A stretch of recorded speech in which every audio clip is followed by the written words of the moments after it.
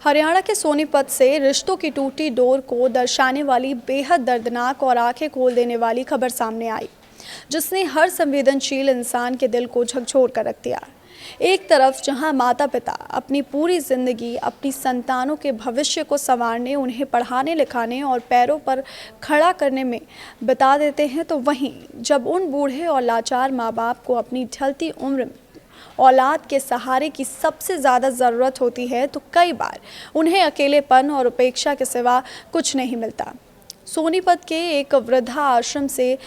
सामने आया ये मामला इस बात का सबसे विभत्स उदाहरण है कि कैसे आज के इस युग में पैसा, भागदौड़ भरी जिंदगी और निजी आराम यानी कंफर्ट इंसानी संवेदनाओं और पारिवारिक मूल्यों पर भारी पड़ते जा रहा है।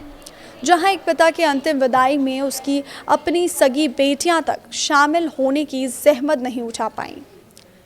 इस पूरी घटना की शुरुआत महाराष्ट्र के रहने वाले शिवचरण गुप्ता की जिंदगी से जुड़ी है, जो पेशे से कपड़ा कारोबारी रह चुके थे और जीवन के अंतिम पड़ाव में अपनी पत्नी के साथ सोनीपत के एक वृद्धाश्रम में पिछले 1.5 साल से रह रहे थे। जानकारी के मुताबिक कुछ समय पहले उनकी पत्नी का भी निधन हो चुका था, जिसके बाद इस वृद्ध जोड़े की दुनिया पूरी तरह से उजड़ चुकी थी और उनकी उम्मीदें केवल उनकी 3 बेटियों पर टिकी हुई थीं।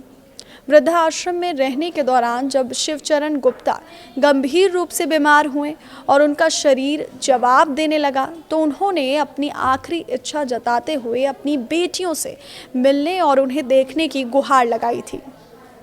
लेकिन अफसोस की बात यह है कि उन तीनों बेटियों में से कोई भी अपने बीमार पिता का हालचाल जानने के लिए वहां नहीं पहुंची और पिता के बार बार बुलाने के बावजूद वो अपनी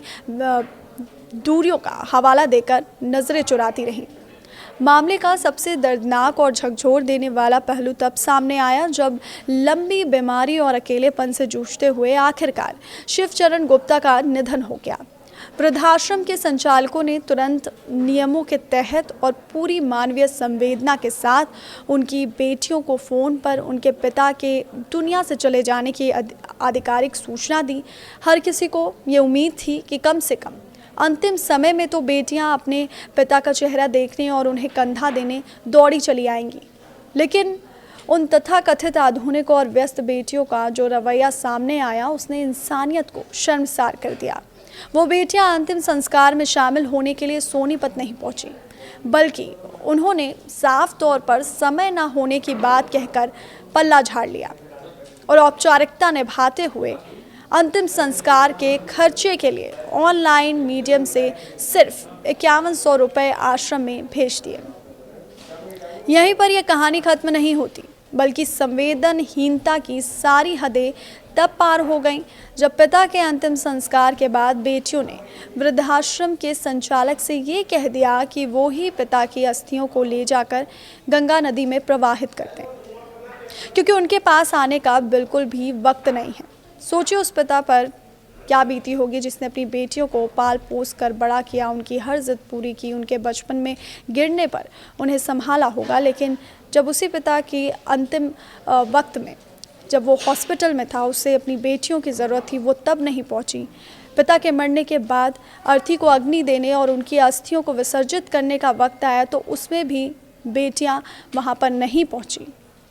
बल्कि बेटियों ने कोसों दूर फ़ोन की स्क्रीन पर वीडियो कॉल के ज़रिए इस रस्म को देखा। ये घटना आज के दौर के उन रिश्तों पर एक बड़ा और गहरा सवालिया निशान लगाती है, जहां सुख सुविधाओं और आधुनिक जीवन शैली मानवीय रिश्तों के फ़र्ज से ज़्यादा कीमती हो गई है।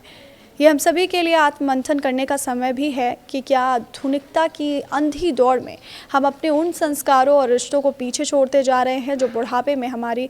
असली पूंजी होते हैं।